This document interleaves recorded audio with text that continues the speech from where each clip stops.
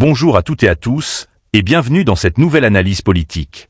En Guinée, le climat s'électrise. Le leader de l'UFDG, Cellou Dalein Diallo, accuse le président de la transition, Mamadi Doumbouya, d'avoir choisi la confiscation du pouvoir. Une déclaration lourde de sens, qui soulève de nombreuses interrogations sur l'avenir de la transition guinéenne. Dans cette vidéo, nous allons décrypter ensemble les propos de l'opposant, leurs implications politiques, et ce que cela pourrait signifier pour la démocratie en Guinée. Restez avec nous, c'est tout de suite. Bon, écoutez, d'abord, nous avons eu la junte qui a pris le pouvoir par les armes. Suite à un changement de constitution qui a permis à M. Alpha Condé de s'octroyer un troisième mandat en violant son serment.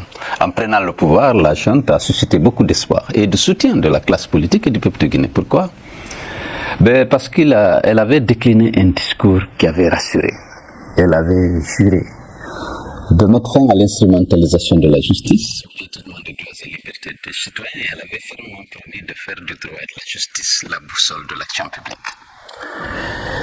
Après quelques mois, elle a soumis au peuple de Guinée elle a présenté, disons, une charte de la transition qui protégeait les droits et libertés fondamentales et qui engageait les membres de la junte, les membres du gouvernement et tous qui exerçaient des responsabilités durant la transition à ne pas se présenter aux élections organisées pour le retour à l'ordre constitutionnel. Et donc ça a suscité un autre soutien. Et surtout que Mamadi Doumbouya, le chef de la junte, a juré devant la Cour suprême, devant le peuple de Guinée et la communauté internationale, de respecter et de faire respecter cette charte de la transition. Et il disait lui-même qu'en cas de parjure, qu'il connaisse la rigueur de la loi. Donc nous avons soutenu ces jeunes militaires. Nous avions pensé qu'ils étaient mis par un sursaut patriotique. Et ils ont décidé de mettre fin au calvaire, à la restriction des libertés, aux violations des droits de l'homme. Et c'est pour ce motif qu'ils avaient pris le pouvoir. Et puis au fur et à mesure, ils ont changé. Ils se sont livrés à des violations massives et récurrentes des droits humains. Vous avez entendu parler des disparitions forcées dont ont été victimes Fonike Mangue, Bill Loba, Marwan Kamara, l'éminent journaliste, Simaga Sadou, et d'autres. Il y a eu les morts en détention, les morts suspectes en détention du général Sadiba Koulibaly, qui était le numéro 2 de la junte et qui, semblait-il, était partisan d'une organisation diligente des élections et du retour de l'armée dans les casernes. Bon. Et ensuite, il y a eu l'assassinat impuni de 65 jeunes manifestants qui n'ont eu droit pas à la moindre justice. Donc, lorsque il y a eu cette folie liberticide qui s'est emparée de la junte, qui a fermé les radios, qui a interdit les manifestations dans les rues et sur les places publiques, en violation de la charte que la junte elle-même a rédigée et qu'elle a juré à travers son président de respecter et de faire respecter, nous avons commencé à la dénoncer. Les conflits sont nés. Les conflits sont nés et maintenant, et aujourd'hui, la situation qui prévaut, c'est que M. Doumbouya veut violer la charte, notamment l'article 46 qui lui interdisait, lui, personnellement, de se porter candidat. Les Africains, les peuples africains sont attachés au respect de la parole donnée, du serment.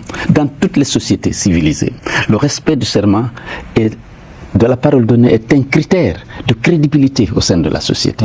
C'est le quand on vous écoute, on a l'impression, sans refaire vraiment l'histoire, que la classe politique guinéenne dans son ensemble a été, je dirais, un peu naïf envers ce leader-là qui était censé apporter l'espoir que vous venez de décrire. Est-ce qu'il y a pas une responsabilité aussi des opposants d'Alpha Condé derrière cette situation que vit le pays? Je vous le concède dans une certaine mesure, je vous le concède. On a été peut-être naïf, mais personne n'est à l'abri de la trahison. Le discours était tellement rassurant, le serment tellement fort, que nous ne pouvions pas penser que quelques mois plus tard, que cette junte-là aurait trahi son serment, aurait préparé les conditions de la commission du parjure. Et nous avons vécu la violation récurrente et massive des droits humains. J'ai noté, j'ai rappelé quelques faits qui illustraient le comment ça. Alors, donc aujourd'hui, un certain nombre de patriotes, de partis politiques, d'organisations de la société civile a décidé de s'opposer justement à cette constitution qui ouvre la voie à M.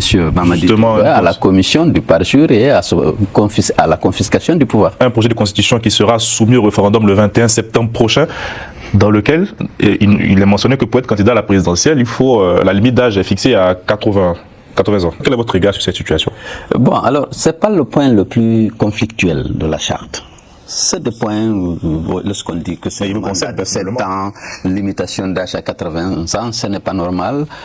Tout ça, on l'aurait critiqué. Mais le point conflictuel dans cette charte, c'est qu'on devait reconduire dans les dispositions transitoires de cette Constitution, justement, les articles 46, 55 et 65 qui interdisaient toute participation des responsables de la junte aux élections. Aujourd'hui, Mamadi Doumbouya a décidé de confisquer le pouvoir et pour ce faire, on va prendre des dispositions pour légitimer. Donc cette Constitution l'exonore du respect de son serment et donc lui donne la liberté de commettre le parjure et donc de candidater aux élections organisées pour le retour à leur conscience. C'est ça le principal point. Les autres dispositions, ça ne vous concerne pas? Non, les autres dispositions, on le déplore. Lorsqu'on dit 7 ans, on dit aujourd'hui, on trouve rarement des mandats de 7 ans. Qu'est-ce qu'ils disent pour justifier les 7 ans? Ils considèrent, je reprends les propos de l'entourage du président, ils disent que les élections coûtent de l'argent. Si vous prenez un mandat de 5 ans, en 15 ans, il y a 3 élections.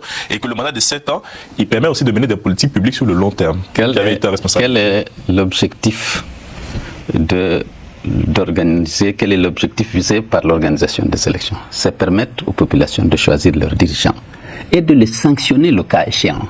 Si le président élu, supposé même démocratiquement, s'avère dans l'exercice de ses responsabilités, être quelqu'un qui ne respecte pas son serment, qui ne respecte pas la Constitution, qui ne respecte pas les principes et les règles de l'état de droit, il ne faut pas lui donner 7 ans, donner 5 ans pour pouvoir renouveler le mandat, pour pouvoir le sanctionner. Et s'il a fait un bon travail, qu'il a respecté les règles et les principes de la démocratie et de l'état de droit, on lui renouvelle son mandat. Mais aujourd'hui, ils ont bientôt 4 ans.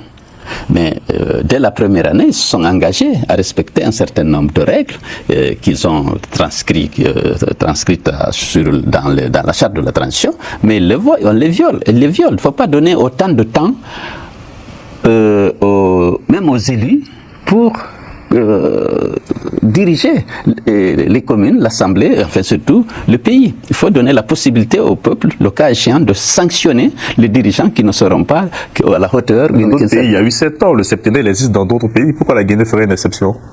Dans d'autres pays, il y a eu 7 ans. Il y a eu des mandats de 7 ans. Regardez si dans le monde, il n'y a pas beaucoup de pays qui ont 7 ans. C'est 5 ans renouvelables, une fois parfois 4 ans. Comme aux États-Unis, c'est 4 ans, mais dans les autres pays de la sous-région, c'est 5 ans. Est-ce que la question de la limite d'âge, est-ce que c'est une mesure qui vous vise personnellement? Non, je ne suis pas touché par la limitation d'âge. Je suis peut-être visé. Par la deuxième condition, qu'il faut une présence continue dans le truc, puisque je suis en exil, ils peuvent utiliser ça, mais ils n'ont pas attendu ça. Ils ont décidé de me sortir du fichier électoral en donnant des instructions fermes pour qu'on ne m'enrôle pas dans le fichier. Je ne suis pas dans le fichier. Donc ils m'ont déjà exclu. Ils n'ont pas attendu de dire, de me faire condamner par la CRIEF ou bien de dire que je suis resté en dehors du pays pendant 2 ou 3 ans pour m'exclure. Ils ont dit non, il faut le sortir du fichier. Il n'est pas digne parce que le ministre des Affaires étrangères, on ne peut pas le recenser. Si on recense de façon laxiste les Guinéens de l'extérieur, on risque de recenser des terroristes. Que comptez-vous faire désormais? C'est de lutter. Je suis un homme de conviction attaché à ces valeurs de démocratie, d'état de droit, de liberté. Je vais lutter, c'est ce que je suis en train de faire en dénonçant le système, en dénonçant les crimes qui sont en train d'être commis, en dénonçant le deuxième coup d'État que M. Mamadi Doumbouya s'apprête justement à perpétrer contre le peuple de Guinée. Est-ce que vous appelez la communauté internationale à faire pression sur le général Doumbouya? Nous essayons, nous n'obtenons pas toujours les résultats escomptés, mais nous dénonçons lorsque nous rencontrons des responsables des pays partenaires, les partenaires et multilatéraux, nous attirons leur attention sur la violation des droits humains, sur la violation des règles et des principes de la démocratie et de l'état de droit. Et malheureusement, on n'a pas toujours les résultats escomptés. Est-ce que vous pensez qu'il y a une forme de complicité de la part de certains pays étrangers face à je pense que le monde est en train de changer. L'Occident, il faut le reconnaître, n'est plus préoccupé par le respect des valeurs de liberté, de démocratie, de l'état de droit. Il ne cherche plus à savoir est-ce que la gouvernance de nos États respecte ces règles qui leur étaient il y a quelques années très chères. Vous vous souviendrez de l'accord de Cotonou, dans lequel les États de l'Union européenne avaient contractualisé le respect par les pays ACP de certaines valeurs, l'état de droit, les droits humains, les libertés fondamentales.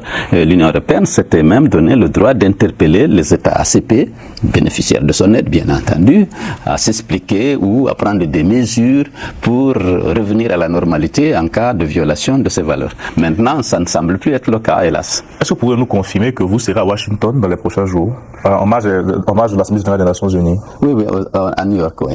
Vous allez rencontrer certains dirigeants africains? Je ne sais pas encore, ça dépendra s'ils m'offrent la possibilité, pourquoi pas. Et est-ce que vous avez des contacts directs avec l'administration Trump? Non. Je n'ai pas de contact direct avec la nouvelle administration américaine. Est-ce que vous avez récemment échangé avec l'ancien président Alpha Condé? Récemment, oui, on parle de temps en temps. Quelle est votre stratégie ensemble face à ce qui se passe au pays? Nous sommes partis. Ouais.